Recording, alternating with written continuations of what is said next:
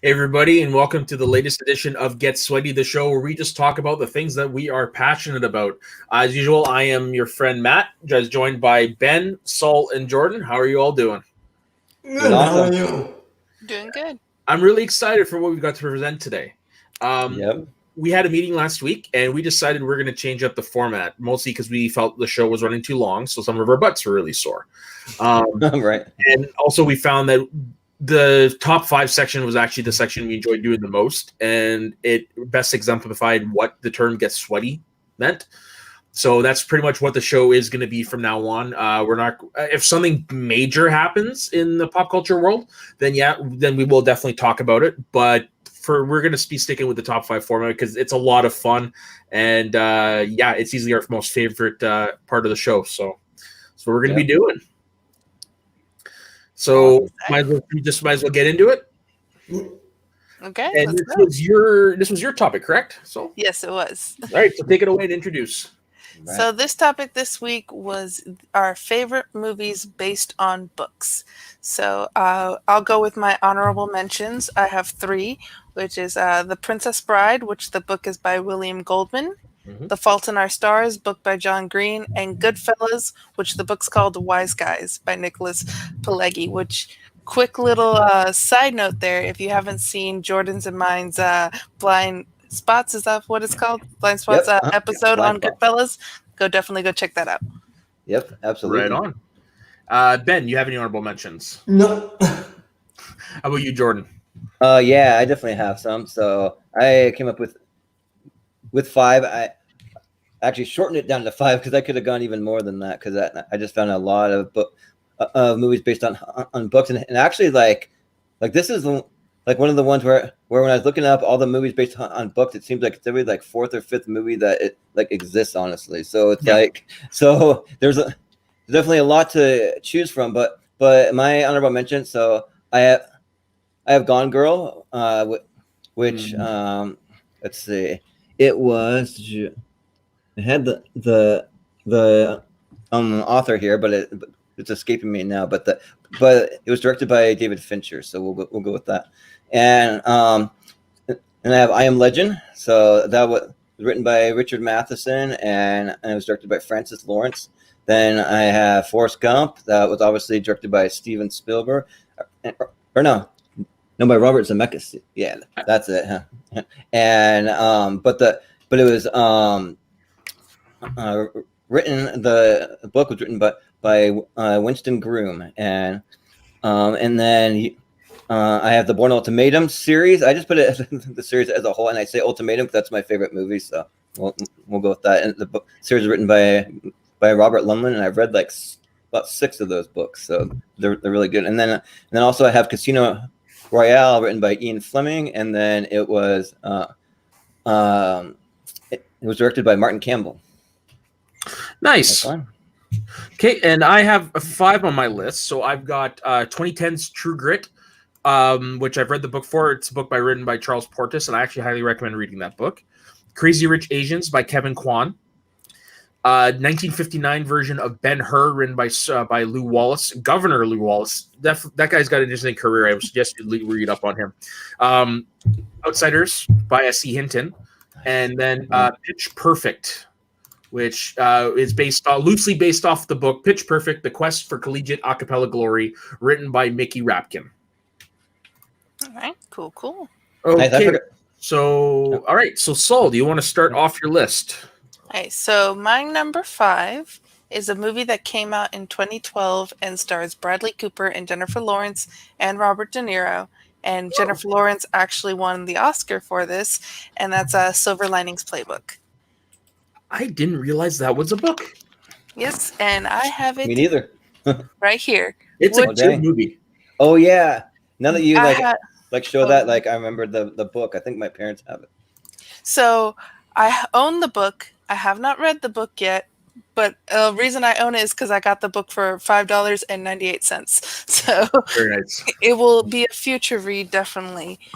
But basically, you follow Bradley Cooper. He's divorcing from his wife, and he has certain mental issues that he's getting out of basically the mental institution that he was a part of. And he meets Jennifer Lawrence, which her character as well, you can kind of see too that she has some mental issues as well. But both of them together kind of like by dancing and by like just coming together form this really good friendship that later turns into love. And it's just showing that no matter what, like people can do anything. So yeah, love that movie. It is a good movie. I've only seen it the one time, but it's definitely one that I probably should rewatch. It's a great movie. And I also like Jennifer Lawrence as a brunette. Even though she looks good as a blonde, I like her both like Hunger Games and also this movie as a brunette. She looks good no matter what her hair color is. True. Even if it's red. Yeah, and for me, like I love the chemistry between Jennifer Lawrence and Bradley Cooper. I thought they just had great chemistry in that movie. And I think that they say that Bradley Cooper in the book, he's dealing with some bipolar disorder, so I think I thought that was hinted at in the movie as well. Yeah, I think so. One of my favorite scenes in the movie too is his soon-to-be ex-wife, Bradley Cooper's, is a teacher, an English teacher, and he's hell-bent on trying to get her back through most of the movie. And so she has her reading list for high school, and he's like, I'm going to read every book that's on her list. And one of the books, I forget which book it is, but he throws it out the window, pissed off, like, what the fuck? And wakes up his parents because he's living with his parents. Yeah. And it's just one of the funniest scenes. And also, as an avid book reader, there's moments when I've wanted to throw books out the window. I haven't done it, but I was like, okay, I feel you in this one, Bradley Cooper. And let's not forget Robert De Niro as Bradley Cooper's father in this film. Really, really good performance by him. And you see, too, Robert De Niro doing the same like kind of neurosis stuff that Bradley Cooper's characters does, and Bradley Cooper has to take medicine and knows that he has this where his father doesn't, and where like his father no longer can go to Eagles games because he's gotten in too many fights at the and so it's one of those where you can see exactly where Bradley Cooper's character is getting it from. He gets it from his father, but it's one of those where it's like a generational thing where one knows what's going on and the other one's like, oh, I'm just gonna ignore any of these like mental things. And isn't Chris Tucker in that movie too?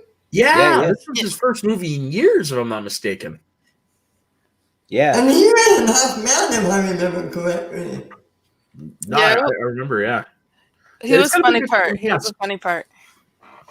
Yeah, didn't he play like one of Bradley Cooper's friends? I think that's what it was. Yeah, from the institution. Yeah. Okay. Nice. The cast for this movie is fantastic. When he's having Jennifer Lawrence pop her butt too, that scene where he was like, "Yo, pop it, girl, pop it." Yeah. Right. I really think that Bradley Cooper played that piss off comedically really well. You've seen that and you've seen that in the Hangover movie. Oh God, yeah. It has that down. But then he can also play serious too. He has that great duality. Now let's not forget this movie's greatest contribution to our world is because of this movie we got the great David O. Russell controversy in the Snowdown. Yep. True. What country is that again? Do you remember? That was corrupt. That was one of the first. I think was it the first corruption? Yeah, the first corruption versus Founding Fathers. It was the first question in overtime in overtime. Okay. Yeah, and it was all because there we go. That's the word. He put it as O' Russell instead of O. or something like that. Oh yeah, he made it like an where Dan went David first, and he like was scribbling it. And so, but he knew who it was, and then Chance was second, and he put David Apostrophe Russell. And so Dan thought that both him and Chance didn't get the point, but they gave Chance the point, but not Dan the point, and that's how they won. Yeah, wow. I don't remember what the reasoning for not giving the Dan the point was, though. It was because he didn't have it written down. He knew it. He went first, but he didn't have it completely written down because it came to him at the end of his 15 seconds. Gotcha. Just like when James Fun at the black hole. Yep, exactly. Yep. You couldn't really read it. It looked like a scribble. Yeah, right. and also too is when Gone girl finally won its Oscar, or not wrong. Sorry, when the Silver Linings Playbook, like for me up until that point, like I never really paid that much attention to the Oscars because I was just kind of like I can't relate to any of those movies. They're just a bunch of artsy fartsy movies that I don't really care about. They don't nominate any of the movies I really love and all that. Wasn't always the case. Yeah, but then when this movie got nominated, I decided to go and check it out, and I actually loved it. And ever since then, I was like, like those movies are probably nominated for a reason. But I actually gave them a chance because before my whole mentality was I'm not going to watch them. They just look like boring and like super artsy. I'm not even going to watch them. But it's like you got to actually give them a chance before you can really say that very fairly. And so ever since then, I always make a point to see as many as the Oscar contenders for Best Picture as I can. I don't always get to them all, but I definitely try to. Yeah, I do the same thing too, and I think last year was actually the most I've ever watched in the season. Same. Yeah, I think I saw all but like one or two. Yeah, typically I see maybe one or two of the picks. 2019, I saw every single movie except for The Irishman. Okay. But every other one I saw. For me, it was Parasite and The Irishman because I didn't see Parasite till after the Oscars. Oh, okay. I don't include that. I still got to see The Irishman. I haven't seen it yet. I still haven't seen The Irishman. I don't know if I can sit through it. It's 3 hours. I've seen the thing too is I've seen only like parts of it. Like I've seen maybe like 30 minutes of it because my dad was watching it. So, okay. Oh yeah. I was like, it's de-aged De Niro, Scorsese. I'll get to it when I get to it. Yeah, it's good. Worth breaking it up into pieces. Fair I don't know if I could sit through 3 hours of it. Yeah, the main reason I want to see it is for the return of Joe Pesci. Honestly, like he was great. I'll check it out for him. Yep. Did you know Joe Pesci appears as a character in Jersey Boys? Yes. No, I didn't know that. What? Yes, I knew that. Oh, yeah, dang. Joe Pesci was actually instrumental in that group forming. He was he was somebody's cousin, wasn't he? I don't know if it was cousin or he was just close friends, but yeah, he pretty much caught them together pretty much. Yeah. All right, Ben, what is your number 5? My number 5 is Forrest Gump. That's my number 5. And that's one of my honorable mentions, so it's a good one. Not on yours, Soul? Not on mine, no. Yeah. I do love the movie. It came out the year I was born. Oh, okay. You're that much younger than us. Yep. It's a great movie. I mean, what can I say that hasn't been said about this movie?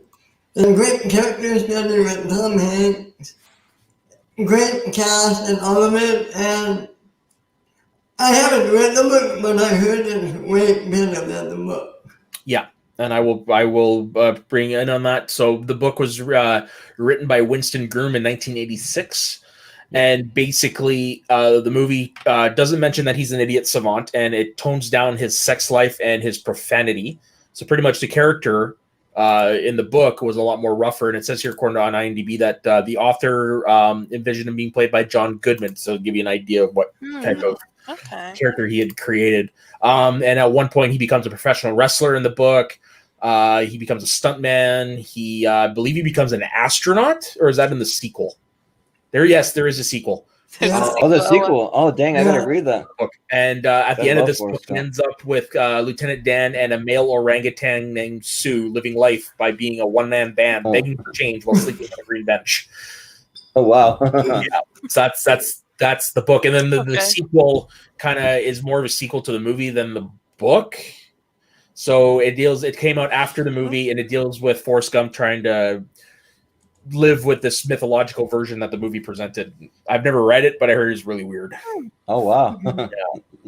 Interesting. So probably won't ever read it, but me either. Yeah. So I got a question for you guys. What's your favorite moment from Forrest Gump? Like, what would you say? Because I got one. Moments. I gotta pay. Yep, exactly. That's my favorite moment. That's what I was gonna say when he's like, "Wants to drink me about 15 Dr. Peppers," and then he meets, I think, like JFK or it was JFK, and he's I gotta pay. Yeah, like, thank you for your service. I gotta pay. Yeah. And let's also not forget the scene of the Washington. Is it the Washington Monument where he realizes it's where Jenny sees him on the stage? Yeah. Across the pond there. And then any friend that I'm sorry for any friend that is named Jenny, but they always get a Jenny. Yeah. Yeah. I love you, Jenny. Or every time someone starts running in a hurry, you're like, "Run, Forrest, run!" Yeah. Yeah. I think my favorite moment, it's not really a moment, but it's a scene. It had a 4-year run. Oh yeah, no, I was thinking of that too. If I had to pick, probably it's just that because why are you running? Just cause. Like, Yeah. Yep. Yeah. Okay, I think I'll go home now. But yeah, probably okay, the I most think I'll go. I think that I will put that as my favorite scene. Okay, I think I'll go home now. But the Yep. most heartbreaking scene is when he's standing at Jenny's grave, Ted describing their son. Yep. Hey. Yeah. Yep. Yeah. Played by Haley Joel Osment. Yeah, very young Haley Joel Osment. I can't bring myself to describe it because it's just so emotional, talking about how he's a smart kid, not like me. And Yeah. Yeah, it's definitely a movie of lists Stop, too. you're gonna make me cry. I know we should probably move on to the next movie. Yeah. It'll be Jordan because that was also my number 5. Okay. Oh, let's not forget. It also won the Academy Award for Best Picture and Best Actor for the second year in a row for Tom Hanks, who won the year previously for Philadelphia. Which is a great game to do. I've done it. Is go to the year you were born and see what won Best Picture. And so I enjoyed that the year I was born was Forrest Gump. Like, Nice. it's a good one. I'm gonna look mine up right now while Jordan gives us his next one. Yeah, but I gotta mention Forrest Gump is a movie that's filled with a lot of lists. So you got stinging rain, big old fat rain, and you got all the ways you can cook shrimp. Yeah. So, Which Bubba Gump is a good restaurant. Yeah. Never been because it's nowhere near in Canada. No, but I never You gotta been come to. I down want to go to Disney World and you can get Bubba Gump in Orlando. All right, Nice, I definitely will. So just for fun, in 1987, the year Ben and I were born, it was a movie called The Last Emperor that won Best Picture. Interesting. And I think RoboCop in that year too. RoboCop came out that year, but it wasn't Best Picture though. No, the nominees that year were Last Emperor, Broadcast News, Fatal Attraction, Hope and Glory, and Moonstruck. My older brother is also 1987. Nice. What year were you born, Jordan? I was born in 1985. So for you, that was the year Out of Africa won. Okay. Yeah. Also nominated were The Color Purple, Kiss of the Spider Woman, Prezi's Honor, and Witness. So that's interesting. Yeah, it's a pretty good lineup. Wait a minute. Is that 1985? That was 1985. I'm looking at the Wikipedia page of all the Best Picture winners. So I'm just looking it up. It says Amadeus for Best Picture, but Amadeus was 1984. Oh, okay. Yeah. I think what they're. I don't know how they listed it here. Maybe I don't know. Anyways, let's just move on to the next pick. So my number 5 was also Forrest Gump. So what's your number 5? Yeah. So my number 5 is actually one that I highly doubt is going to be on anybody else's list because it's kind of a very highly underrated movie, I think. But it's a movie, Bicentennial Man. So I freaking love that movie. It's a movie starring Robin Williams as the robot who's on a quest to become human, and it's based on a book called The Positronic Man, and the book was released in 1992, and the movie was released in 1999, and it was directed by Chris Columbus, and it also stars Sam Neill, Oliver Platt, and Stephen Root. They're all in that. So and Haley Joel Osment. Oh yeah, yep, that's right too.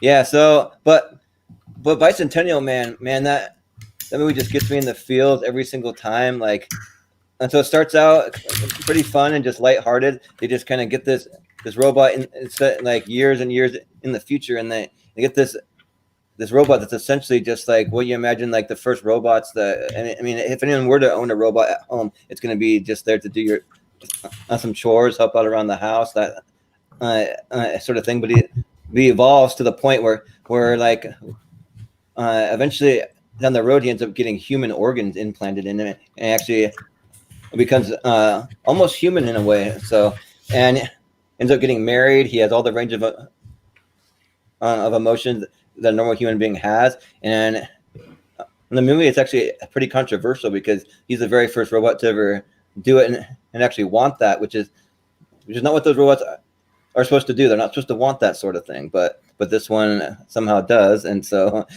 yeah, but the movie just gets me every time, and for me, it's just one of Robin Williams. Well, one of my favorite dramatic roles from Robin Williams. Like it's just great. So I love his evolution, because you basically get to see you just see him grow up with his family, and then he lives so long because he's a robot and he doesn't age, and so the family eventually passes away, and then he falls in love, and you basically see him grow old with the woman that he falls in love with, but she's aging, and he's not, until you see the reveal at the end. So yeah. This Bicentennial Man. For me on Robin Williams' filmography, I've actually never seen this film. Oh wow. I haven't Yeah, either. It's a good movie. I haven't seen it. I didn't know it was a book, but it's a good movie. Yeah, you need to treat yourself. This movie is an amazing movie. Like it definitely gets you crying by the end. I don't need to cry anymore. Right, of course not. We've already done enough of that in 2020, right? Yeah. And some of our picks are tear jerkers. Yep, exactly. Maybe. All right. Yeah, that's mine. Your number 4. So my number 4 is kind of a cheat, not really. It's I'm doing 2 of the movies in the trilogy, and that's Godfather Part 1 and 2. Mhm. The book is by Mario Puzo. So Godfather 1 came 1972, Godfather Part 2 1974. Both won Best Picture for Oscar. I'm a fucking idiot for not putting this on my list. I love those movies. Marlon Brando won an Oscar. It won an Oscar for Best Screenplay. Robert De Niro won an Oscar for Godfather Part 2. Obviously directed by Francis Ford Coppola. They're the quintessential mob movie. If you like mob movies and have not seen Godfather Part 1 and 2, go do it right now. Stop this video, go watch it, come back. Here's why I do not consider this a cheat. Because all of the flashback scenes with Robert De Niro in Part 2 is in the book. Mm-hmm. The book is structured like Part 2. Oh, no. So that's why I don't consider it a cheat. Yep, and I'm going to do what you said. They combined the first 2 into one large thing. I forget what year they did that, but they kind of did it in chronological order. Yeah. It's really hard to get. Like, I remember seeing the VHS of it in my library, but you can't get it anywhere. I think a year or 2 ago they had it on HBO. Oh yeah. But I don't think it's there anymore. So maybe HBO will bring it back. Who knows? Maybe, because they are going to be releasing, I think, next month a recut of Godfather 3. Yeah. Oh, wow. Okay. The Godfather Coda, the death of Michael Corleone. So I wouldn't be surprised if they did that as well. Yeah, but I was going to say, I haven't seen The Godfather Part 2, so I got to stop this video and go watch. Sorry, I got to leave. I'm of the mind I prefer Godfather 1 over Godfather 2, but I will never, ever, ever take away the accolades from Godfather 2. It's still an excellent movie. It's just my preference for the first one. Yeah, I've seen the first one. Robert De Niro. Oh, yeah. And the second one is just so good. And then one other thing that I mentioned in the Blind Spot episode of Goodfellas is that Robert De Niro was such an attractive guy when he was younger too. So it was one of those I've seen all the Robert De Niro stuff that was him as an older guy, and then when I finally watched the Godfather Part 1 and 2, when I watched Part 2, I was like, oh, that's what he looked like? Oh shit. Yeah, no, De Niro was a very handsome guy, man. No, those movies are amazing. I feel like a jackass for not including Godfather on my list, because like I said, I love that movie to pieces, but I don't know. What about you, Ben? What do you think of the Godfather 1 and 2? Well, these are the great movies, and I never read the book, but it made me want to go read the book, so maybe I will. I have read the book, and it's really good. Wait, so is the book just called The Godfather? Godfather? On my to be read thing. I've been wanting to read the books for so long. It's just I haven't gotten to them. Yeah, there's a lot of things in there that they allude to in the movie that you actually get in the book. Okay. Example being when you first meet Don Corleone in Godfather, he's talking to I can't remember the character's name, but he's talking to this smaller balding mustache gentleman. Yeah. Well, in the book, the reason why they're talking is because 2 college gentlemen had brutally attacked and raped that character's daughter, and And so he went to Don Corleone asking for him to take care of the two boys. And in the video game, which is my favorite video game of all time, you actually have that, and that's how your character gets introduced. Is you get sent to go kick the shit out of those boys. Yeah, I have not played the game. I've seen one of my best friends and roommates when I was in college. They were playing the game, and so you got to see some of the cut scenes. Yeah. And I was like, oh, this is like watching the movie, but also like playing the game. I hadn't played it. I tried to play it once, and I just kept dying. And I was like, here's the controller. I'm giving it back to you. Yeah, it's a GTA style game is what it is. Have any of you seen The Godfather on the big screen? No, I had a chance to. I think it was the year before I left Vancouver. There was a small movie theater that was closing. In their final week, they just played classic movies. So one night it was Godfather 1 and 2. They did Big Lebowski another night. They did 2 Ghostbusters. The only one I was able to see was the Back to the Future trilogy. But I would have loved to have done The Godfather. Yeah, I saw the first one in the theater like last year. It was really cool. I'm praying for a 4K restoration. Mm-hmm. I don't think you had one. No, they've only done Blu-ray. Okay. Yeah, and I will say this right now: Godfather 3 is a really, really good movie. It just has to follow Godfather 2. It's something that I think we've said multiple times on Get Sweaty is you have the Godfather 3 or like the Spider-Man 3 where it's following 2 really better movies, but it's still an okay movie. Yeah, exactly. Yeah, but didn't we have a showdown team that called Take the Cannoli that was based on the Godfather? I forget that was McLeany and Brianne Chandler. Yes. Yeah, that's right. Yeah, they have that iconic line that's like, it's like, leave the gun, take the cannoli. Yeah, and I think they they were only won one match, right? Because I think at the end of one of their matches, the one that they actually won, they came to the losers and like handed them cannolis. Yeah, right. God, I love those movies. You've got Robert Duvall early in his career. You've got Abe Vigoda. You've got who else do you have in there that's famous? Jimmy Caan, my favorite character is Sonny.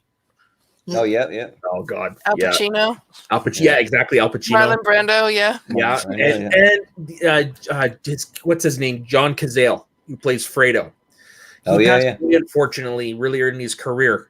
But every single movie he has been in, all of them are nominated for Best Picture. Nice. Oh, yeah. 6 movies. Sure, I heard about that. One got for the 2, Deer Hunter, Dog Day Afternoon, and then there's like one or two more, and they were all nominated for Best Picture. That's a good legacy to have. Yeah, no kidding. Yep, and going back to how you say Robert De Niro, how a lot of women find him attractive. I've heard that from quite a few for like Mean Streets, for like Taxi Driver, a lot of those old ones. But those are all ones on my blind spots that hopefully I get a chance to watch soon. But like I just have a huge hole. Looks more like a psycho. There's right, Taxi Driver. He's just gonna look like a little bit of psycho with that mohawk and all that. Yeah. Okay, we should go on to Ben's number 4 because right. My number. Talk about another creepy guy. My number 4 is not so creepy guy. Kevin Spacey is 21. It's a movie about counting cards. I love 21. I didn't know that was a book. It's made on a book called Bringing Down the House. It's a non-fiction book. This actually happened. Oh, okay. It's about a group of college students who go to Vegas, count cards to make money. Has a great cast. Say what you want about Kevin Spacey. He's a good actor. Piece of shit. Good actor. Yeah, like Mel Gibson. Yeah. It has Trevor Sturges, Kate Boswell, Jacob Pitt. They have Josh Gad had a small part. Movie was released in 2008. Really good, fun Vegas movie. I highly recommend it. Yeah, I enjoyed it a lot. So you said the title of the book is Bringing Down the House? Yeah. Makes sense. Have you guys seen the 2003 movie Bringing Down the House with Steve Martin and Queen Latifah? Yeah. I've seen I love that movie. I And love love that it. movie so much. my Yeah. small part, Matt, you know who had a small part in that movie, right? What, bringing down the house? Yeah, Not off the top of my head, no. Michael Mortimer from Smallville. Oh, Yep. really? Oh, yeah, that's right. Yeah. Yeah. Yeah. He Huh. was in that. The only movie I remember him doing during that time was Sorority Boys. Yeah, I never saw that. Because I did. I I was a teenager at the time. Digressing favorite- back to Bringing Down the House, this Steve Martin go at the end going, and you can kiss my black ass. Yeah, I love Steve Martin to death. Yeah, my favorite part is when they're like pretending to make love on the couch, and then I think one of his kids walks in or something like that, and then you just like see her, you see Queen Latifah look up, and she's like, "Who there? Who there? What?" This is the best. But yeah, that movie 21 though, bringing it back to that, that's one of those movies that I loved it so much. Like, there's just certain movies that like right when you see them, you're like, I'm gonna own that. Like right when it comes out on Blu-ray, I'm gonna go out and buy it. And I think back then, I don't even know if Blu-rays were really a thing or they weren't very big, so I went and got it on DVD, like literally like on release day and watched it because that movie was awesome. I freaking love 21. That is a dang good movie. Yes. Yeah. Okay, so I guess my number 4 then, isn't it? Yeah. So it is a movie that was released in 1993 by Disney and Touchstone. It had the theme song had who's who of rock musicians at the time: Bryan Adams, Rod Stewart, and I'm actually blanking, and Sting. The song "All for One," and the movie is The Three Musketeers. Okay. Oh, damn, that's a good one. I love that movie. It's so much fun. Oliver Platt going, yeah. Yeah, it's a movie I've been watching since I was a kid. It's easily my favorite adaptation. So lighthearted. First time introduced to Chris O'Donnell. This was pre-Batman, by like 2 years actually. You had Charlie Sheen at the peak of his career before his renaissance. Kiefer Sutherland, Tim Curry as Cardinal Richelieu, Rebecca De Mornay as Tim Curry. I can't remember that character's name. Such a great cast. Paul McGann, who was the Eighth Doctor, is a secondary character in the movie. It's such a fun action adventure comedy. I love it. There's really not much more I can say about it because it's a movie that's been made so many times over the years. But for me personally, this is the best adaptation, and the theme song for the movie is very underrated in my opinion. Yeah, for me, it's the only adaptation of The Three Musketeers I've ever enjoyed. Like every single other one I've ever seen have been bad. Like I didn't like any of them, but with this one, I actually enjoyed it a lot. So yeah. Yeah, no, it's a great movie. Anybody else have any thoughts on it? It's not the same. It's fun. It's a fun movie. I might watch it tonight after wrestling. Nice. It had to be on Disney Plus, right? It is, but I own the DVD. Okay. Yeah, no, that was one of the things when I moved out of Vancouver. I sought out that damn DVD and bought it. Yep. Nice. Yeah. All for one and all for love. You gotta love Sting, Bryan Adams, and Rod Stewart, like the same person pretty much in terms of how they sound. Right. Yeah, I know exactly. And they're like totally interchangeable, their voices. Yeah. All right, Jordan, what's your number 4? So my number 4 is probably the oldest one on my list. It came out in 1987, and that is The Princess Bride. Mm-hmm. That was in my honorable mentions. Yeah. Didn't make sure there wasn't any punts. Okay. But so The Princess Bride is my wife's favorite movie. So like The Princess Bride has actually become a little bit of a thing in our house. Like we always tell each other "as you wish" because it means I love you, and then we have Princess Bride stuff all over our house. So like I actually brought out some of the magnets we have on our refrigerator. So like marriage. Oh, marriage is what brings us together today. Or I'm not a witch, I'm your wife. Oh, I love Billy Crystal in that movie. Yep.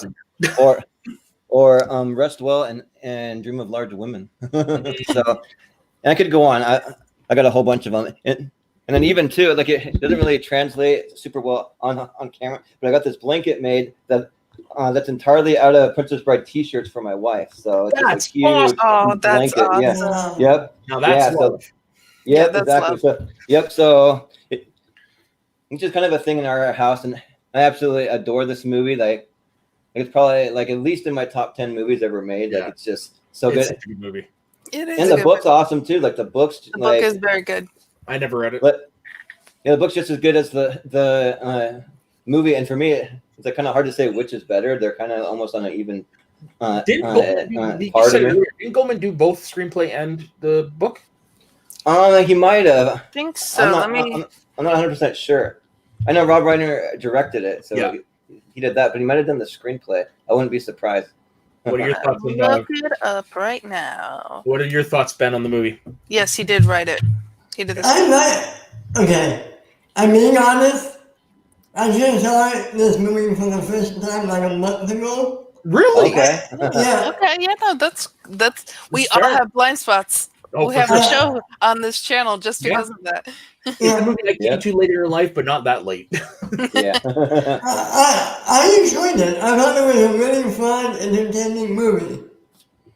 Andre the Giant too. You have him in there. I was about to say I got some stories about that, but yeah, it's one of those movies that it's more targeted towards kids, but you can watch it for the first time at any age and then enjoy it. Yeah. And also the reference in Deadpool 2 when they did the PG version. Yes, and I actually have two funny things with Princess Bride. So, well, in high school, we were required to read the book. So less funny, but it was one of those where, okay, I've seen the movie, we're required to read the book, and then it really brought me to watch the movie more because I had seen it before, but it was really one of those, like, it's in the back of your brain, you're not thinking about it, and then it became one of my favorites. In college, I bought the DVD from the $5 bin at Walmart. Nice. My roommate ended up watching that movie every single day. So every day that I would come in from class, she was watching Princess Bride. So I had a dose of, like, I could probably quote that movie like front to back just because of my roommate. Yeah. And it was one of those where we finally, like, she had moved out and I had like another roommate. I was like, oh gosh, no more Princess Bride for like at least a year. No kidding. So one of my, as a wrestling fan, I fascinated by Andre the Giant, Jean Frere, as he was also known. And there's always amazing stories about him. Some of them are sad because of his size and what have you. Like, you know, he couldn't go to the bathroom on a plane. That's a story I don't want to repeat on air. Yeah. But there are two that's from The Princess Bride. One is Robin Wright. They were filming a scene outside and it was raining. And, you know, she's in her getup, and she's shivering. And Andre the Giant just stood there, and he put his hand, which is probably the size of her torso, over her head. And she said that immediately she started to feel warm because of the warmth coming off of her hand, right? That's awesome. But there's the time they were doing a shot. I think it's at the show at the end of the movie when Andre is outside the castle and he catches Buttercup. I think it's that same shot. Anyways, so he lets rip this giant, nasty, disgusting fart. Like loud and long. Imagine that. And then Rob Reiner looks at him and he goes, "Hey, Andre, are you okay?" And Andre looked at him and says, "I am now, boss." That's awesome. If you're all any of you are interested, I think it was last year HBO did a documentary on Andre the Giant, and they actually interviewed people involved with Princess Bride in there. Oh, awesome! Yeah, I heard about that. Yeah, I think that it's one of the most quotable movies too. Like there's so many inconceivable. Yep. I'm Inigo Montoya. You killed my father. Prepare to die. And about that, whenever he was delivering that speech, he thought about. He was thinking about his dad because his dad died of cancer years prior, and so when he was talking, he was talking to cancer. That's where he got the emotion from. Oh, nice. Yeah, that's awesome. Or from Andre the Giant, it was like, "Stop it! I mean it. Does anybody have a peanut? Does anybody want a peanut?" That's it. Yeah, yeah. And of course, what is it? Was it mutton, lettuce, and tomato sandwich? Yeah, right. It's like, really? Yeah. Yeah. And pretty much for me and my wife, we watch The Princess Bride every Valentine's Day. So we pretty much have our Valentine's Day set pretty much for life. We're going to watch it once a year, and then it'll be Valentine's. That's the perfect movie for it. Yep. Exactly. My aunt, 4 years ago when she got married, she had a pirate-themed wedding. So I went as the Dread Pirate Roberts. Oh, awesome. Nice. Picture, and I'll send it to you in the group chat. Nice. Yeah, you should do that. All right, so Soul, you're number 3. So my number 3 is actually an animated movie, and it again, it's 3 movies. It's a trilogy of movie, and it's How to Train Your Dragon. That's based on Okay. a book. Yeah, Yes, wow. based on a Really? book by Cressida Cowell. There's way more books than there are movies Oh. in this. It's definitely for little kids. Have not read it. Possibly like when I have little kids of my own, maybe then I'll buy it and read it. Mhm. But with them, but yeah, you have stacked cast: Jay Baruchel, Gerald Butler, Craig Ferguson, America Ferrera, Jonah Hill, Kristen Wiig, and it was both nominated for cast. best animated and best score for the Oscars. So it is probably one of my favorite movie scores Oh, for sure. from the That's first Giacchino, one. isn't it? No, it's John Powell. Oh, okay. And as a band kid, I actually played the score in band from the Nice. first movie, and yeah, just Oh, cool. I love this movie. I love all 3 of them. Yeah. And they're probably some of my favorite animated movies. And the music is just beautiful. The story is beautiful. So yeah, it's great for all ages. Oh, for sure. And what I love is it follows the Star Wars original trilogy model. What do you mean by that? Well, you've got the first one, which is a story about the kid who takes on the bigger challenge and what have you. The second one is Empire Strikes Back. And the third one is about him finally conquering, the big bads. Yeah, it follows the Star Trek path. And probably if you go with like the second movie too, like any of the scenes with his mom, Yeah. like those just tug on the heartstring. And then when his mom and dad are singing together, Mhm. and then Craig Ferguson's character like comes in, I like 'cause love he's like, Craig I know the Ferguson's words. Yeah, I love his character. I'd say the second one is my favorite in the trilogy. I think so too. Yeah. It's just tugs at your heartstrings, and just without spoiling just what happens with like him and his mom and his dad and stuff like that. Yeah. Yeah. Although there in the first movie, there's a moment that made me laugh when he gives him the Viking helmet. He's like, "That's made from your mother's breastplates." Yeah. But I'm the But other then one. you meet right her here. in the second one, and you're like, her boobs aren't that big. It's just they hadn't created her yet. Yeah. Or a lot of padding. True. What do you guys think of these movies? Well, for me, so I actually these are huge blind spots. I've not seen any of them, and I need to because Okay, wait. When you do that on Blind Spots, I'm your girl. all right, for sure.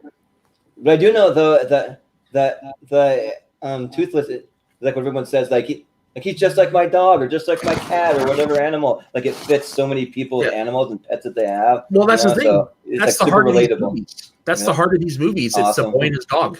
Yeah. I love it. It's a boy, but there's moments too where he's like a cat, and there's moments when he's like a dog, and it's just yeah, but I mean, thing. it's But it's definitely a boy and his dog. Yeah, I think it's dog, but Yeah, but just my Toothless. Yeah, I remember seeing think that he first also- movie. Just blew my mind. I don't think the noise is anymore because the batteries probably died, but it used to growl. Right. So that's the book. Did you say that it's just called How to Train Your Dragon, or is it different? So one of the books is called How to Train Your Dragon, but there's multiple books and they all have different names. Okay. And it's just this huge, like, with kids' books when they're like those little itty bitty children's books. Boom. Those little itty bitty children's books that like they just keep coming out and pumping them out more and more and more. It's one of those kind of things. Okay. It's definitely for like little kids, like probably like 3, 4, 5, 6-year-olds. So you're saying it'd be creepy if I went to the library and checked it out. Gotcha. I mean, you do what you want. Not gonna yuck anyone's yums. It's like the eternal DreamWorks cash machine. They just keep churning out books and they keep making money. Kind of like Disney does with the movie Cars. They just keep churning out merchandise and they make just money hand over fist with merchandise from Cars. I So hope they don't do another How to Train Your Dragon. I think it ended pretty perfectly. Yeah, I think it ended. I think Nice. it was meant to be a trilogy, and it's that was it. Yeah. Perfect. All right, Benny boy, you're number 3. My number 3, the book is called Flowers for Algernon. And I know the movie. the movie is called Shelley. I had to watch it in 11th grade. Okay. Yeah, I think I had to watch it in school too. It's a great story about mentally. How do I put this politically correct? He's mentally challenged. Mentally challenged. Thank you. Who had a man who, yeah, he had an operation to strengthen his intelligence, and it worked. It worked, but it wasn't permanent. So you see him getting smarter, smarter, smarter, and slowly losing it to, I can't remember if he was back to where he was originally, He does. or Yeah, maybe, he ends up back What? where he was. okay. Yeah. Yeah, they are really good, heart-breaking, good book and movie. Hmm. And I read the book more than I seen the movie on this one. I read the book and saw the movie the same high school year because we were doing it in English class, and that's the only time I've ever seen and read the book. But yeah, it's a little too 60s for me at times, but the concept of the story is good. It actually reminds me of another movie that is also based on a book, Awakenings from 1991, I believe it was. Sorry, Robert De Niro. Similar idea where you got people that are kind of locked in their minds, and then they take a drug and they slowly come out of it, and then at the end they go back to who they were. Yeah. So this is something that's completely in my blind spots. I've never even heard of this before, so definitely something to add. It's definitely an Academy Award winner that nobody really knows about. Like, it won Best Actor for Cliff Robertson, who played the original Ben Parker in the Tobey Maguire. Yeah. Okay. That's the main guy. No, it is a good movie, but it's just one of those ones that kind of slipped through the cracks. So wait, It happens. so like I kind of missed it. Like, what's the basic plot of it? Like, to give it like just a quick like plot of the movie. 'Cause I think I kind of missed it when you were saying it. You want to say it again, Ben? Yeah, it's about a really basic plot. A mentally challenged man gets an operation to increase his intelligence. It worked, but it didn't stick permanently. So he becomes really like genius level smart. But then he goes back to where he was at the beginning of the book. Okay, because I was actually trying to see if it had any relation. There's a book that's like famously out and with it that's produced by members of my church, the Mormon church, that's actually called Charlie. But it's about someone who ends up having cancer and ends up dying of cancer. So probably a little different, but Yeah, no, the book has been said it's called Flowers for Algernon, and Algernon is is it a mouse or a rat? Mouse, just mouse. So basically, Charlie, Okay. he's a janitor in a pharmaceutical company, and it's not a surgery. He gets given an experimental drug that had worked on Algernon previously because Algernon was the test subject. Okay. Yeah, and then it's Makes sense. movie is about him falling in love. Part of the things about the movie is him falling in love with the lady who's his caseworker, I guess, played by Claire Bloom, and so you see his progression through her eyes, and then his regression and stuff like that. I really seen that movie again. I really like that movie. Yeah, I even think they actually did a remake of it. I might be mistaken. I So love now, sci-fi movies like that where it really gets into like your brain and the headiness of it and all of that. So this is something that I'm definitely gonna go check out soon. Yeah, you'll like it. And I would recommend reading the book too because it's not a long read. It's No, it's really easy. It's more like a novella. Okay. So like around 100 pages then? Yeah, about 100 pages. Yeah. Then that, No, super easy read. Yeah. so that sounds like a pretty big tearjerker. Am I right? Yeah. For sure. Yeah. Okay. There's a reason Cliff Robertson won Best Actor. Okay. Right on. By the way, he is a superior Uncle Ben. I just want to throw that out there. Yeah, he is the original Uncle Ben. Yeah. No, Okay. superior. Oh, nice. He's a better Uncle Ben. Better? Yeah. Yeah, I'd give him that. I'd give it that. My opinion. Definitely more memorable than Martin Sheen. yeah. Martin, yeah. Well, okay. If, and there's a big if, if Bruce Campbell ends up being Uncle Ben, I might have to revisit this. Maybe. That would be something. He is the right age compared to Marissa Tomei. They're around the same age. It would work out perfectly. And don't forget, Sam Raimi doing Doctor Strange too. Yeah, So maybe there's a chance. maybe. And speaking of Marissa Tomei, though, like she looks phenomenal for her age. She looks better now than she did when she was younger. Right, exactly. That's what I was gonna say. And one of the movies that I love that she won an Oscar for is My Cousin Vinny, which is Me something we too. talked about in our Blind Spots episode too. So Yeah. I've just been thinking about her. She's great. Oh yeah. She's very underrated in Chaplin. If we ever do a top 5 biopics, Oh, Chaplin. You've seen So it. I love that movie. I so love it. good. It just pisses me off that you can't find a good adaptation of it on Blu-ray because Mhm. what there is up there, it's like I pop it in my player and it's like right in the middle of the screen, like the bars. I hate it. I Yeah. wish there'd be a proper restoration of it. Anyways, Right, I yeah. digress. My number 3 is a movie that came out in 1982. It is Sylvester Stallone's second iconic character, First Blood, based on a book with the same name that came out in 1972 by David Morrell. Yep, that one just missed my honorable mention. Like it was right there. So this is one of the books that I read in that book club I mentioned before we went on air. I probably would never read the book, and it's a really good book in that it doesn't just it focuses on both the sheriff and Rambo. And in the book, Rambo. Well, for those of you who don't know, basically, Rambo is a Vietnam vet who's just drifting through town, and he just runs across the wrong sheriff, and it just leads to like a manhunt for him in the woods.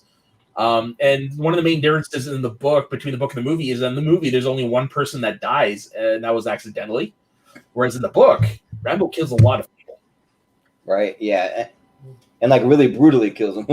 Really brutally, yeah. Yeah. And so they have chapters dedicated to the sheriff's point of view because one of the things that it's not really hinted at in the movie, but if you look close in the background, there is a hint to it. He is a veteran of the Korean War.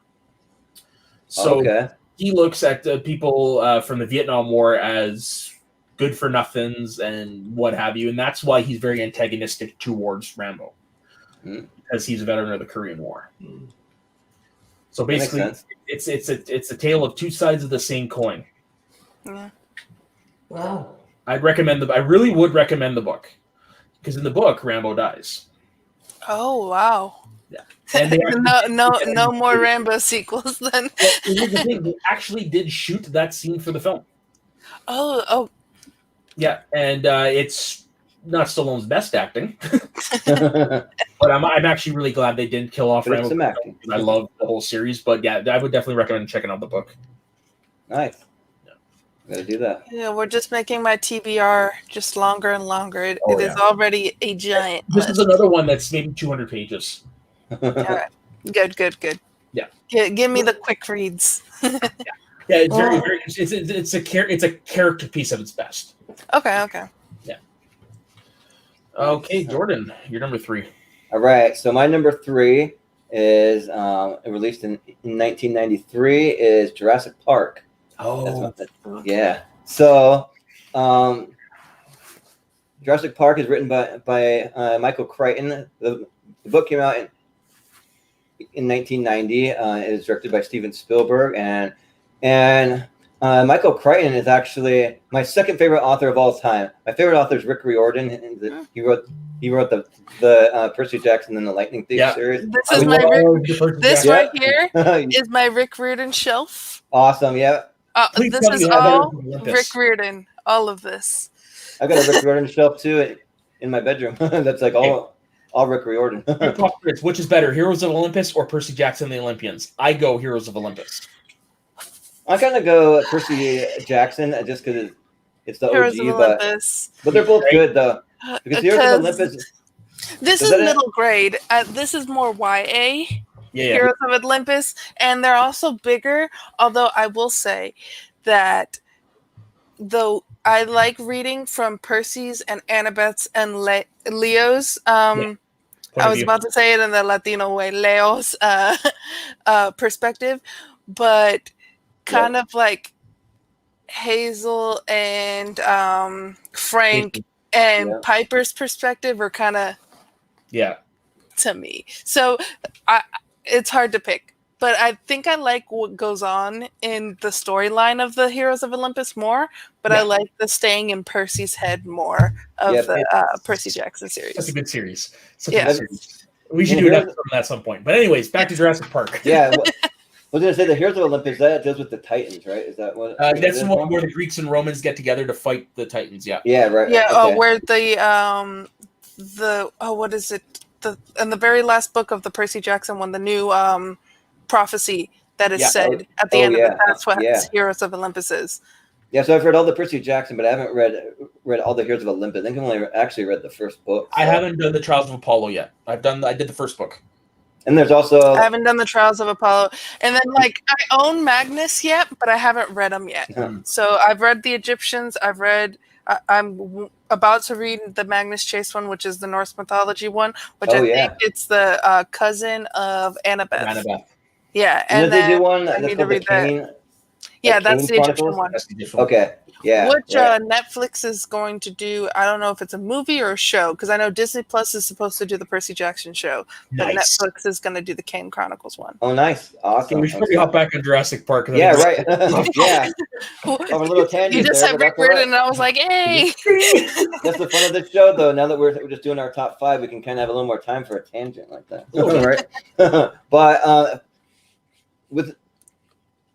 with Jurassic Park, though, like that movie, when I first saw it, like it just absolutely blew me away. I remember seeing it in the theaters at a small town theater when I used to live in Draper, Utah, as a young child, and I went and saw it. Actually, liked it so much that I went back and saw it the next day again. So I thought 2 days in a row, and my parents, that was like one of the first movies that they kind of thought, like, is he old enough to see it? Is it gonna give him like some nightmares, that kind of thing? They're like, nah, he's old enough. We'll let him see it. So So I went and saw it, and I loved it. And then I've read like so many Michael Crichton books. Like he has so many awesome ones. Like he wrote Congo. He wrote the movie Next. He wrote the Andromeda Strain. He wrote A State of Fear. He wrote Prey. He wrote Timeline. He wrote Airframe. So just so many amazing books. And like just the way that he writes it, he's one of those authors that just gets me hooked right from the beginning, and it's just all the way through. Like he's just such an amazing author. And he sadly he passed away in 2008, which was a very sad day for me, because I have a hard time having some attention deficit disorder that like I have a hard time like focus and concentration. So like books really have to hook me super well for me to really get into it. And Michael Crichton, man, he does it every time. Like even as awesome as Jurassic Park is, like the book's even better. And then you have The Lost World, and The Lost World is amazing. The movie didn't really follow what the book was. The Lost World's like quite a bit different, but they are amazing books. So just like everything about Jurassic Park, though, like I feel like even to this day, the special effects still hold up, and there's just so many iconic scenes. Like you have the scene with the T-Rex where the water has a little ripple effect in it. You have the iconic scene with the Velociraptors in the kitchen. You just have so many just awesome scenes that it's like, for me, like for as much as I love the original Jurassic Park, I actually have enjoyed every single Jurassic Park movie since, because I just like seeing dinosaurs ripping people's heads off and just causing like mass chaos and destruction. So it's like, if you just give me that, then I'm sold. That's all I need. I don't even care if the writing's not any good. I don't care about any of that. I just like seeing what they do with those special effects. It's just mind blowing to me. So I've enjoyed every single one. Jurassic Park's definitely my favorite, but I mean, I've enjoyed all the movies since. So that's the first movie I remember seeing like fully in theaters. Oh, nice. Front row. Oh, yeah. Right on. And if I recommend watching the making of documentary that's with that on the Blu-rays, because I need to see that. A lot of those effects is actually really fascinating to hear. Oh, cool! I have a confession here. So I have seen Jurassic Park. Okay, but I did not see it until after seeing Jurassic World. Oh, really? So Jurassic World it was first. one of my very big blind spots. But then I went to go see Interesting. Jurassic World, and I was like, okay, I want to see Jurassic Park. And Barry so, Nemiroff would not be happy with that. although I will say, out of the newer ones, I really enjoy the second one of the movie, the Jurassic World 2. Oh, really? Fallen Kingdom, is that what it's? Yeah. Yeah. Yeah. I really enjoy that one. It's So kind of a hot take a I little don't bit. have that. Yeah, no, I don't have that nostalgia, and I haven't seen the other of the original trilogy other than Jurassic Park, which obviously is the best one out of all the Jurassic Park ones that I've seen. But because the sequels are Jurassic World. But yeah, I guess that's my hot take or One of my confession. favorite shots in the entire franchise is from Fallen Kingdom, and it's when they're leaving the island and you see all the smoke and you see the silhouette of the Yeah. and that a is really cool the scene. exact same dinosaur that we saw for the first time in Jurassic Park. Exact same one. Okay. That they Yeah. said it's the same dinosaur. Oh, cool. And I Really? think too, even though like I'm not much younger than you guys, but just the fact that like I didn't see it in theaters, it was probably too young to see Jurassic Park. But seeing the two Jurassic World movies in theaters, I think that's probably why like I don't have that nostalgia connection to Jurassic fair- Park in the same fair way. enough. Yeah, and I still get goosebumps every time we're introduced to the dinosaurs for the very first time in Jurassic Park. Every single I know that scene is just Well, and Yeah. the music. And the music. Yeah, the music is entirely- just time. The music hands phenomenal. down helps.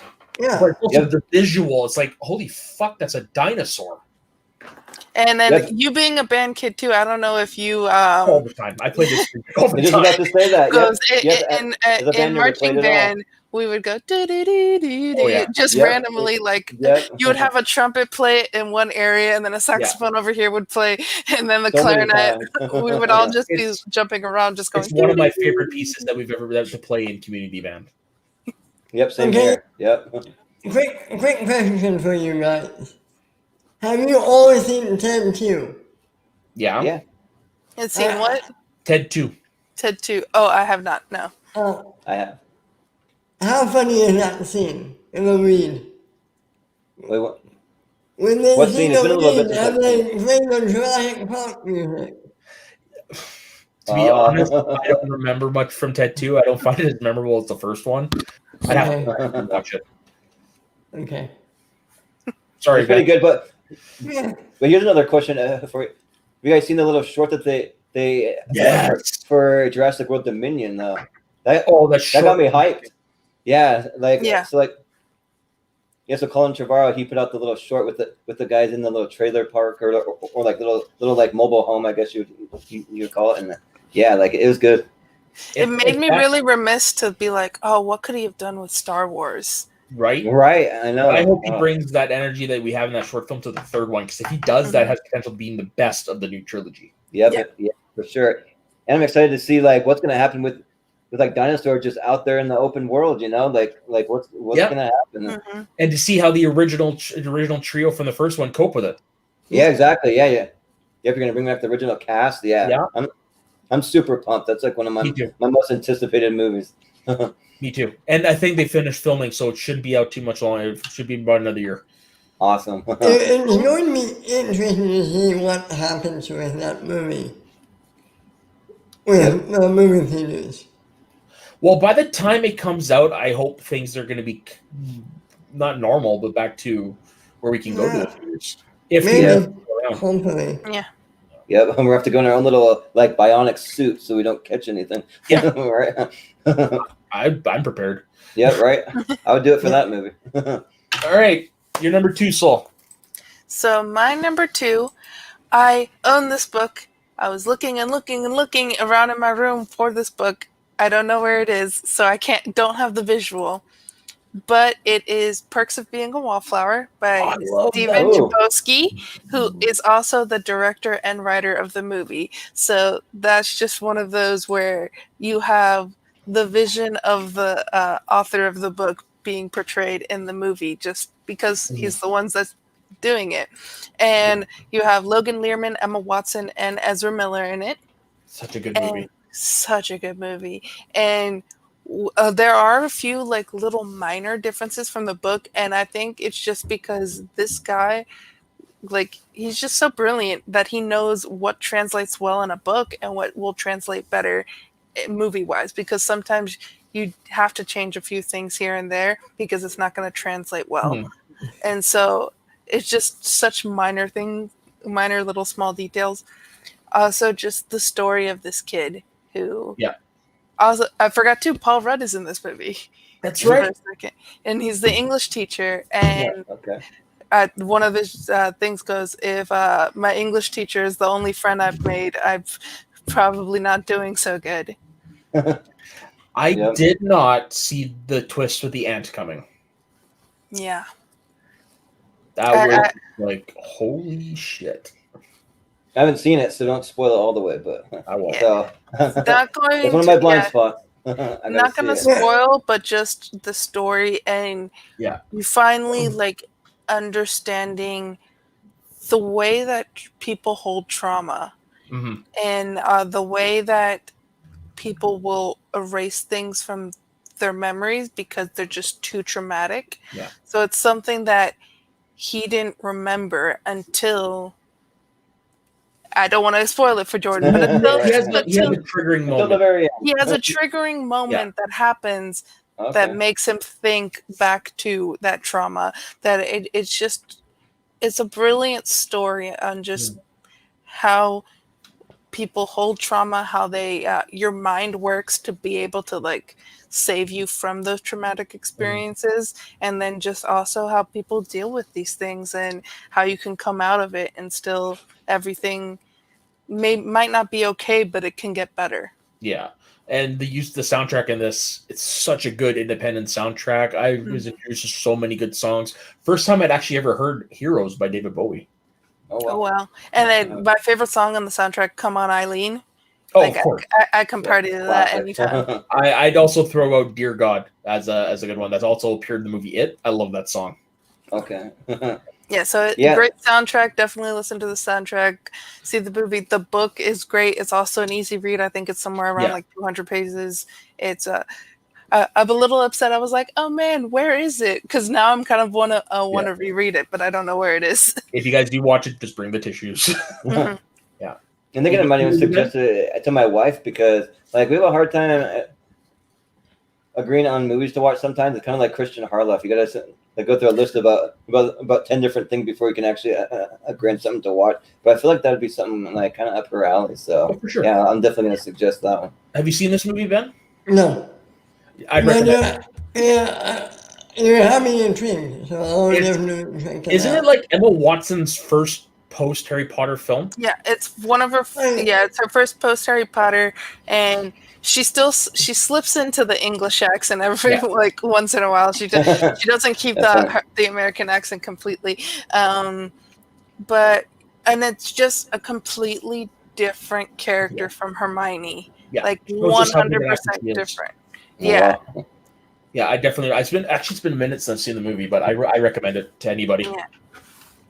And Ezra Miller's character too is a great. Like his character is great, and just what happens between all of these characters, and like he's a freshman in high school who's befriending seniors. Yeah. So it's kind of Yeah, it's definitely high. It's like I said, high in the recommendation list. Nice. Okay.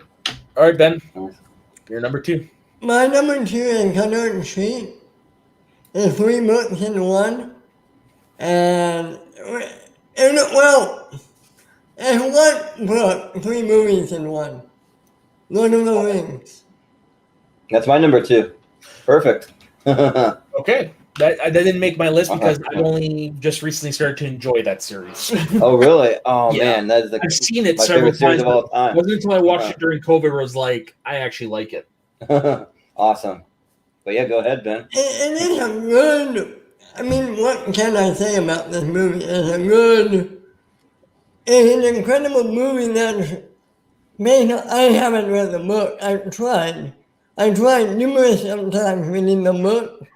I can't get past a fucking first chapter. Yeah, they're a little slow moving, a little. It's rough. It's not slow moving for me. in a language, in that Middle Earth language that I can't get past. True. But everybody knows the story. It's great acting, it's a great story, and I just love it. Yeah, same with me. So Ben, well, actually, for everybody, what's your favorite movie of the trilogy? Which one do you like the best? Mine is Fellowship of the Ring. Yeah. Yeah, I'd probably go with the same thing, but it could easily be interchangeable with Return of the King. Yeah, mine's definitely Two Towers. That's where you really see that ooh, there's like a murder going on. but that's where you actually see the evolution of the friendship of Sam and Frodo, where like you get the epic speech by Sam at the end, and like, man, like, to me, that's one of the greatest movie just like dialogue in like movie history. I think it's just like so moving to me. Like, there's just no better bond, better friendship in like movie history to me than the friendship of Sam and Frodo. It just gets me every time. Like, I get chills just thinking about like how amazing their bond is. And it's also too like it's just a testament to Peter Jackson and his movie making capabilities that like he was able to have everything come together. He has all the effects, all the music, all the just like everything, all the camera work, everything to just put together in my mind like a complete masterpiece. Like I just love it. That series is lightning in a bottle. Mm-hmm. You can never replicate that. No, they tried with The Hobbit and it just wasn't quite the same. I think probably for me, Two Towers is probably going to be my favorite of the three. Yep. But I also love the Hobbit movies too. But obviously, the Lord of the Rings movies are better. Yeah. But there's Hobbit's something about the middle movies of a trilogy. I don't know what it is, because right now I'm just realizing How to Train a Dragon 2, my favorite of that trilogy. Two Towers, my favorite of that. Empire, my favorite of the original Star Wars. The Last Jedi, my favorite of the sequel trilogy. So Okay. yeah, I don't know. I guess it's something about the middle, and depending on these new Jurassic World ones goes, depending on how that last one goes, Fallen Kingdom might be my favorite. Nice. Yeah. Yeah, no, like I said, like I saw Fellowship in theaters, fell asleep. And then about a year later, a couple years later, I did watch the trilogy. I don't know if it was at the point in my life, I just couldn't do it. And then I tried the extended versions when I got them because I wanted to watch bonus features, couldn't do it. Ooh. It wasn't until COVID where I was like, you know what, I'm finally going to sit down and watch it. And I actually watched Fellowship and Two Towers back to back. Wow, nice. Yeah. It's just I finally got it. Like, I've always respected it. I've always understood everyone's appreciating for it, but I finally got it on that viewing. Where it's like, these are good movies. Yeah, and for me, I think sometimes that happens. Sometimes you just need a few times to get it. You have to really I don't know when the next time I'm going to watch it is, but I actually to the point where I now have one ring to rule them all on a tattoo. Oh, nice. That's cool. Yeah. Awesome. Yeah. For me, I think that they have some of the best special features that I've seen. Oh, for sure. Because like, especially if you watch all the features in the extended versions too, that they have a lot of the early visuals. Like, I used to use that. I used to use some of the visuals to freak out my younger sister. So like some of the early visuals of like Gollum and like some of the orcs just like really freaky. Like, if you walk in, you just have the TV on with all the lights off and just like that face or like right on the TV screen, that would really scare her quite a bit. I think at the time she was like about like 4 or 5 years old, so that really like freaked her out. So she's quite younger than you then. Yeah, she is. Yeah, because I have 3 brothers, and then my sister came at the very end, and I'm the oldest. So yeah. Is she around my age? Probably even a little younger. She's about, I want to say, I think she's 20. So yeah. Oh wow, okay. Yeah, she's 6 years younger than me. Yep. Yeah. So, but yeah, those movies though, like just like, I think that's one like DVD set that like I almost wore a hole in where I watched the extended version so many times. I watched all the special features. It's like even when I like, I'm not trying to watch them. Like, usually one of my siblings is always watching them, so I'll walk in, I'll say I'm watching them, but I'll like try to ignore it, and like just walk past, but I just can't help but like sit down. I'm like, all right, you got me hooked. I gotta sit down for a minute. Yeah, I can't wait. So I for have a question for you guys then, because I am a little bit younger. One thing that I remember in high school is there was just these huge debates about between Harry Potter and Lord of the Rings, and people would be fighting over which series was better, and there was always be like Gandalf versus Dumbledore, like arguments going on in the hallway. So I want to know, like, did that happen for you guys when you were in high school? I'm sure it did, but I wasn't really aware of it. Yeah, for me, it probably happened in middle school. I think probably about. I'd actually say probably in my high school there was a lot more potheads than there were Lord of the Rings fans at that time. Yeah, because you got to remember when I was in high school, when we were in high school, was when those movies were just coming out. So I mean, a lot of people my age knew more about Harry Potter, and it wasn't until the movies came out that a lot of people read those books. So yeah, and I think too that like Lord of the Rings, like there are movies that have aged really well to where like a lot of people are like really starting to gain a real love for them now, kind of like Matt now. And so, but like a lot of people, like I kind of feel like when they first came out, and also because the books are so old and they're written in that like old English kind of language and stuff, that like people just like weren't as excited, and like it didn't hook a lot of the younger fans and younger readers and stuff. But I think that like now that a lot of people that are coming around to him, I feel like. Yeah. This was a series that my mom had to read in high school. Oh, wow. And my mom was born in 1960. Oh, wow. So it just shows you just how old these books are and like what was required reading back then. Yeah. And I want to give a shout out to Howard Shore's score. Oh, yeah. Yeah, for sure. One of the best. Amazing. Yep. Okay, so my number 2 is a movie that actually was brought up earlier, and then I remembered, oh shit, it is a book, so I threw it quickly onto my list, replacing The Natural. The Natural was originally on my list. Okay. So this one is a remake of a movie from the 50s, and the book came out in 1949. Steve Martin's Father of the Bride. Oh yeah, awesome. Because we mentioned Steve Martin. Yeah, and then I was like, wait a second.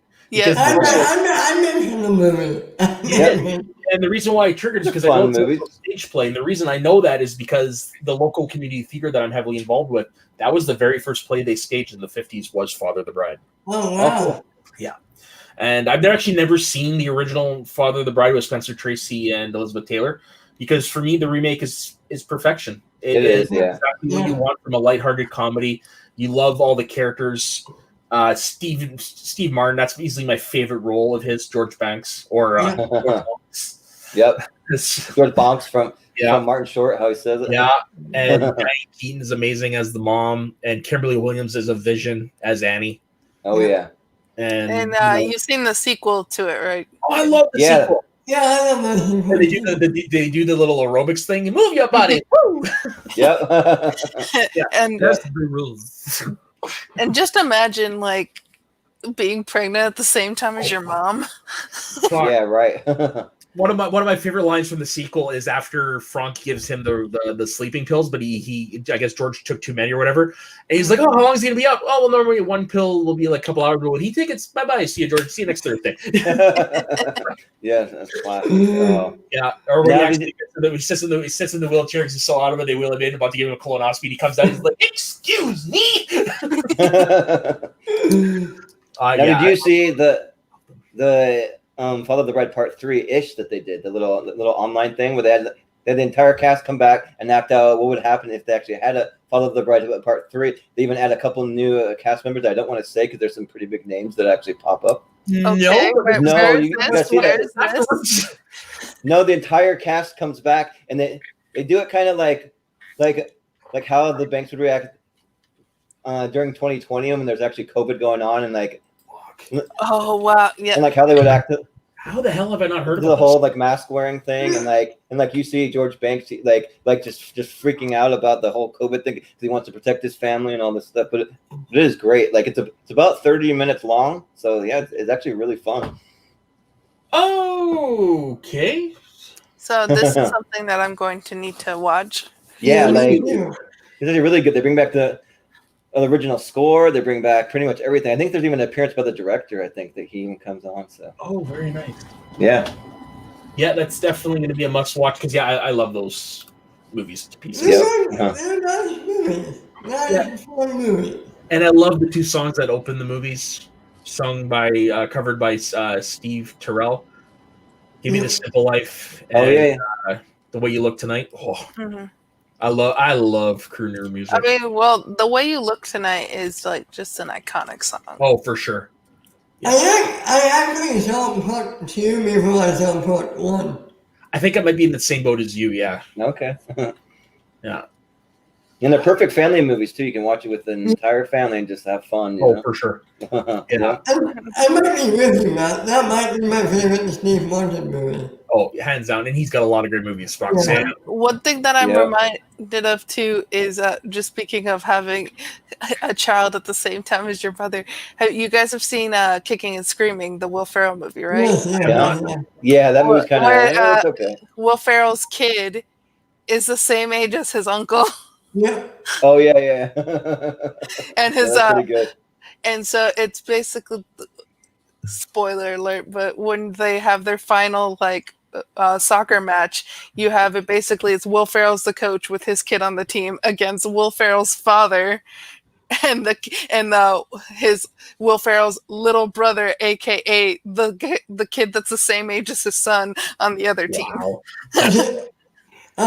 You know who played that kid, right?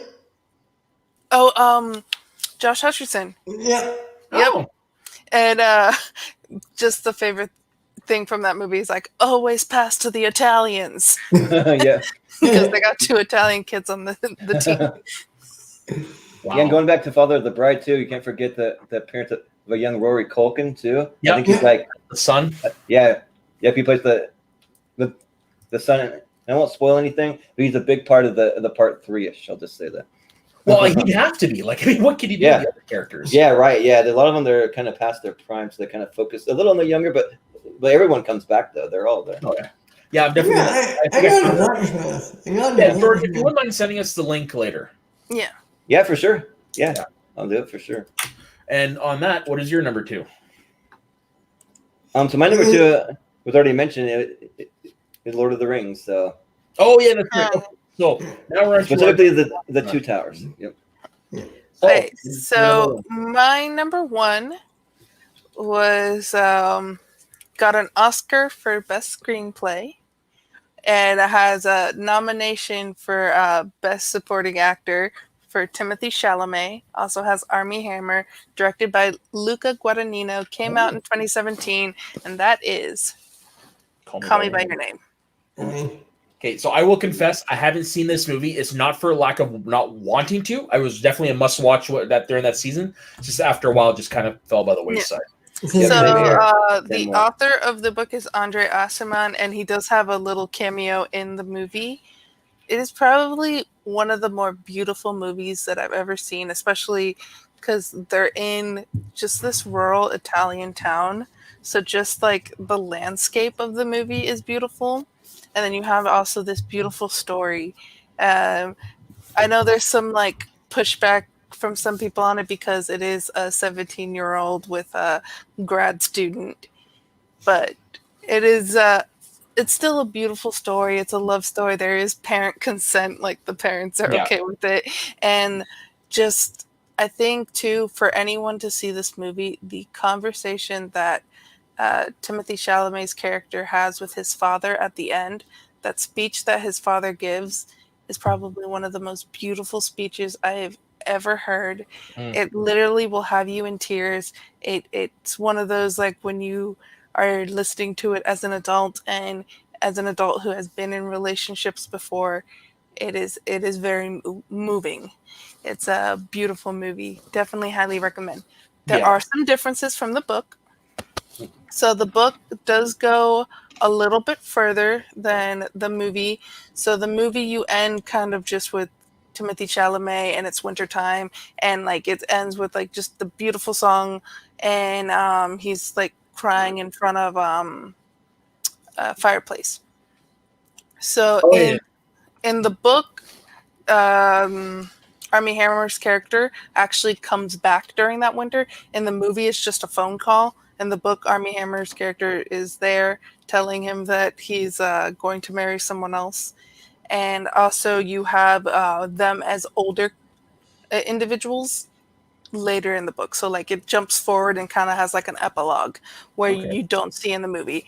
I actually really enjoy the way that the movie ended. And I liked the fact that they didn't have the epilogue and that it left it open-ended. So even if you read the book, you kind of know what happens. Mm. But if you don't read the book, it's still like that beautiful thing of like, oh, what ended up happening with these characters kind of thing. Which I like movies that leave you questioning at the end, so that way you can use your imagination. Kind of like Inception at the end of that movie. You have your imagination, like what actually happened? Were they in a dream world or not? So I love the movie. It is There is a sequel to the book too. there's Yeah. a sequel to the book. They've been toying around possibly making the sequel to the movie. Just the way that this movie ended, I would like to not have the sequel, but if it does happen, I will watch it. Yeah, it's a movie I would see, but like I said, it just kind of fell to the wayside after a little bit. So Same with me. Yeah, same here. Yeah. So, but definitely one on my list I want to check out for sure, especially Timothy Chalamet. I mean, he's just like, I don't know, he's going to be the next like Daniel Day-Lewis. I feel like he's just awesome. when I saw him in Little, like I've only seen him in Lady Bird and Little Women, and I remember watching him in Little Women. I'm like, he is perfectly suited for this type of role. Like, Right. And this movie like came out the same year as Lady Bird. Yeah, so that's like right, it was yeah. just like the year of Timothy Chalamet. Yeah. Funny story with the movie too is so Luca Guadagnino, which they actually filmed the movie in his hometown. But can you hear me? Yeah. My internet. Okay. Okay. Yeah. That's You guys better. became circles for a second. Okay. You're back. Yay. And we're back. And we're back. So the director had them going off because these are two straight men playing gay men in this movie. Or bisexual men, really, because they end up with both women and men. But so they were like, oh, let's have this like test where we're gonna go over a scene, and like Timothy Chalamet and Armie Hammer's like start making out because that's part of the scene, and Luca Guadagnino just walks away and both Timothy and Armie are waiting for Luca to be like, okay, and cut. So they just continue to make out because they didn't hear the end cut. So then like they finally end and they're like, and there's Luca just walking away, leaving us alone to make out with each other. That's funny. All right, Ben, you're number one. Harry Potter. Oh yeah. Yeah. It's my number one too. Wow.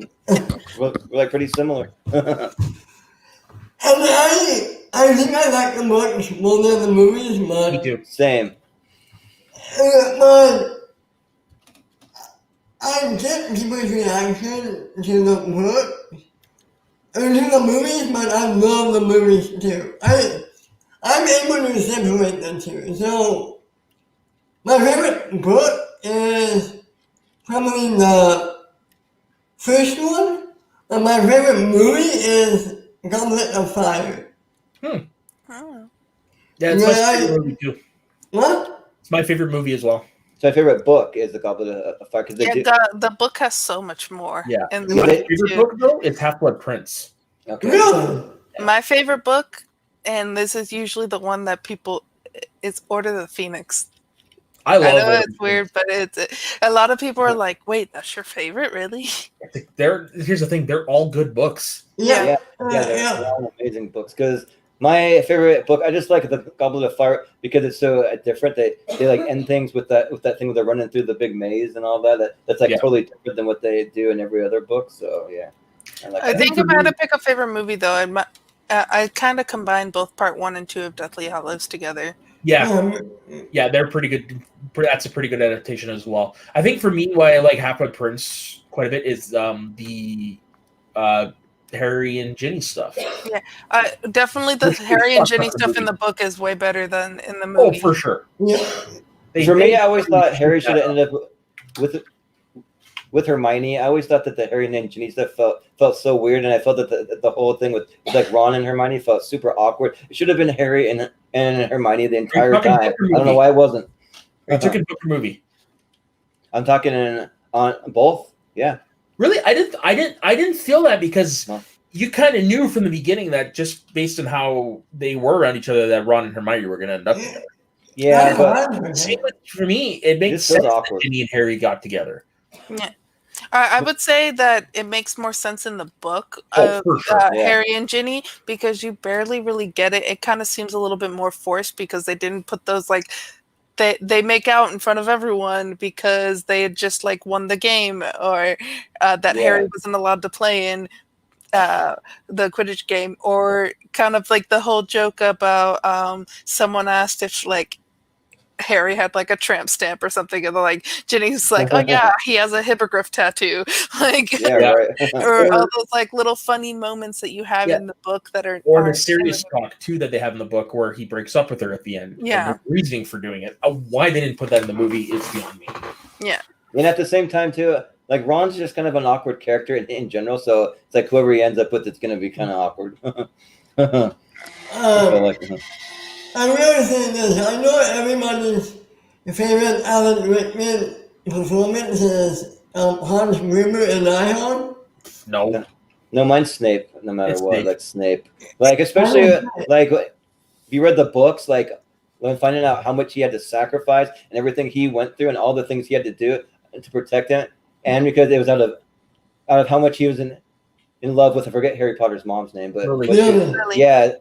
So he was in love with Lily, but then he was never able to be with her. So he just had this love from afar, and he just vowed to protect their son, and like just so good. I get the chills just thinking about it, especially like when it's a whole reveal and you find out everything. And you're like, oh my gosh, this character that I hated for so long, especially when the books took years and years and years to be released, and then you finally find that out, and you're just like, oh my gosh, this is.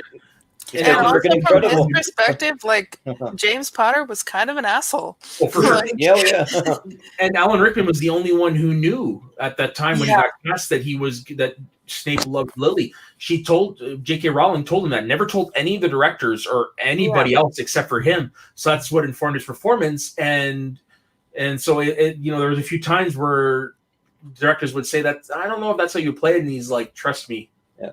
Trust me. I'll be right back. I gotta find something. And then also one of my favorite thing too is his story that he has with Rupert Grint is that Rupert Grint one time was just doodling in their class, and he made like a really like ugly picture of like the teacher of Snape, and Alan Rickman said that like he kept that picture forever. Yeah. Like even like as these kids now became adults, Alan Rickman still had that picture from Rupert.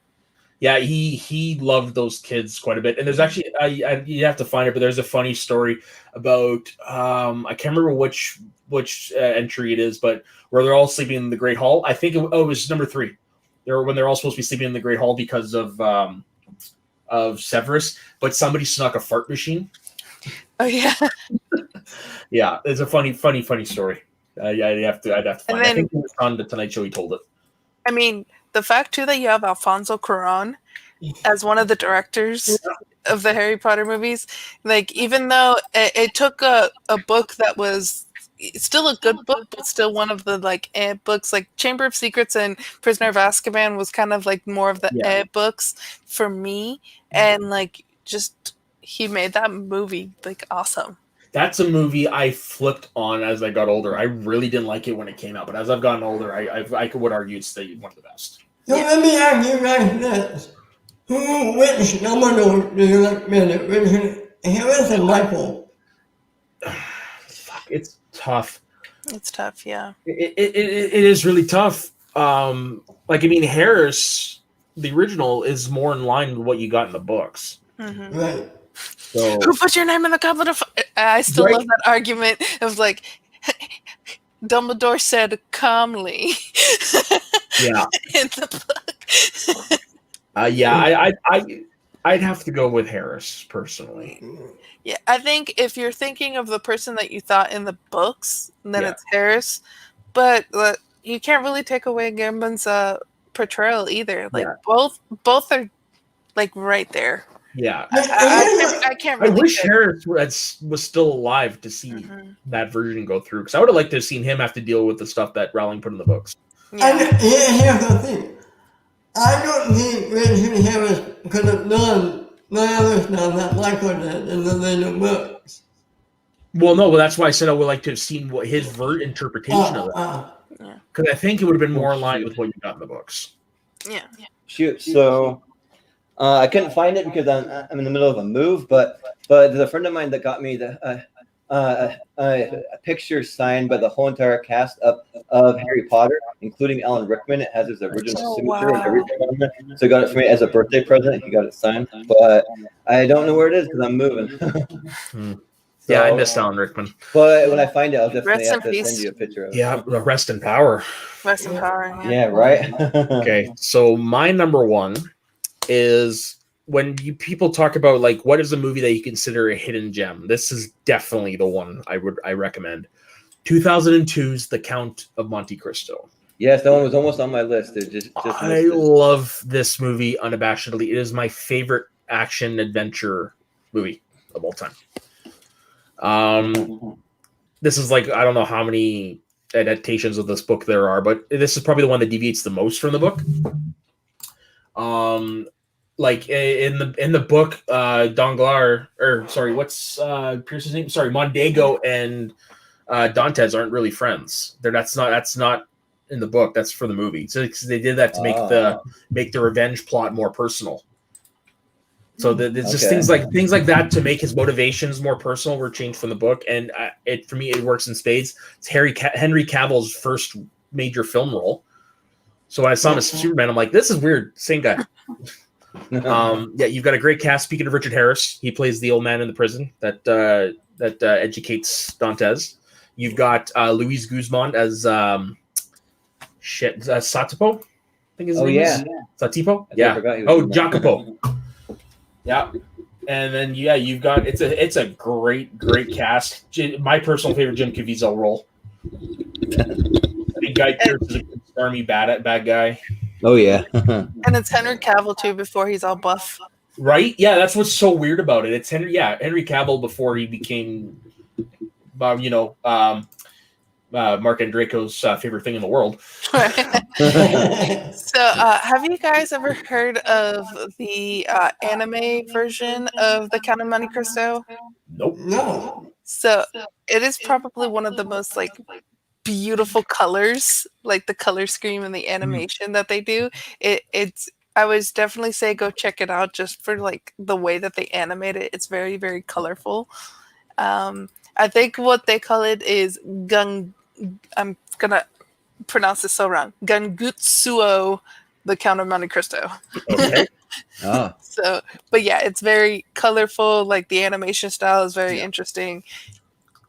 There is one more thing I want to throw out, and I have the book on this. I haven't read it yet, but this character of Edmond Dantes and D'Artagnan and a lot of other characters are actually based on his Alexander Dumas's father, Thomas Alexander Dumas, who was a mixed race member of the French military, and a lot of the things that these characters experienced, like being in jail and coming back many years later, were experienced by his father. Same with in Three Musketeers, where D'Artagnan has 3 fights in the same day. His dad actually did that. So I will post a link for you guys for this 15-minute video I watched the other night from the history guy who I've mentioned several times before about his father. I'd highly recommend it. Yeah. Oh, cool. Yeah. Right on. Yeah. Fuck, I wish I didn't have to work in the morning because this is a movie I would love to watch tonight. We're just giving you more homework. It's one of the best examples of a revenge movie. Yeah. It is. Yep. Yeah, it's my brother's favorite movie. So someone that we really connect really well. It's my brother. So out of 3, it's my brother that's just 2 years younger than me, and so we kind of bonded over watching Count of Monte Cristo. It was his movie, or his favorite movie first, but then he kind of introduced me to it. Actually, yeah, I love introducing this movie to people for the first time.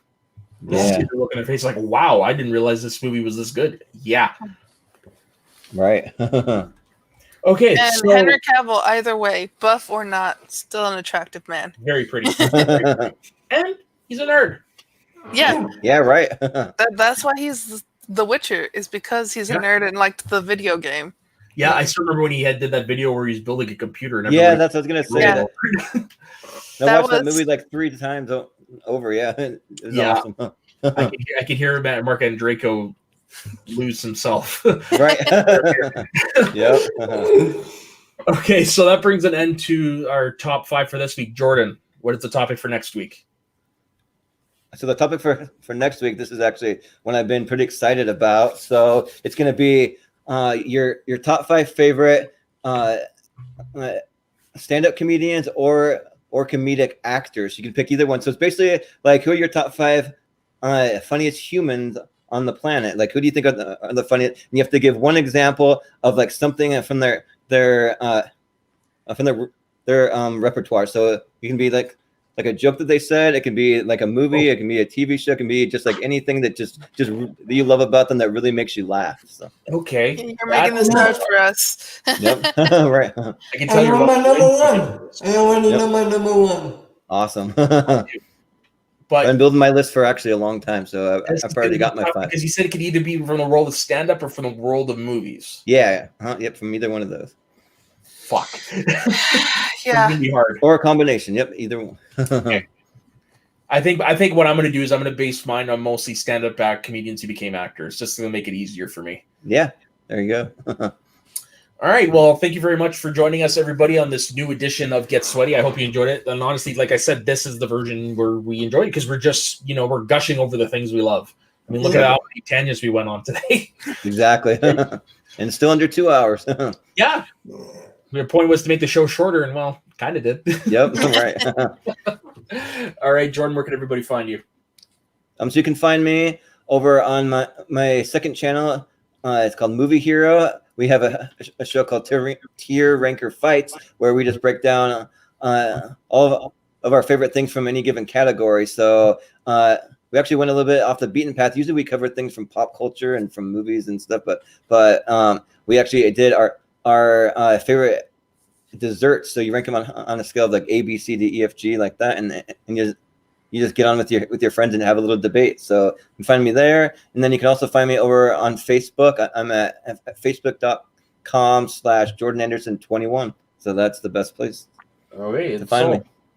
You can find me at SoulGovin on Twitter. You can find me at soul.k.govin on Instagram.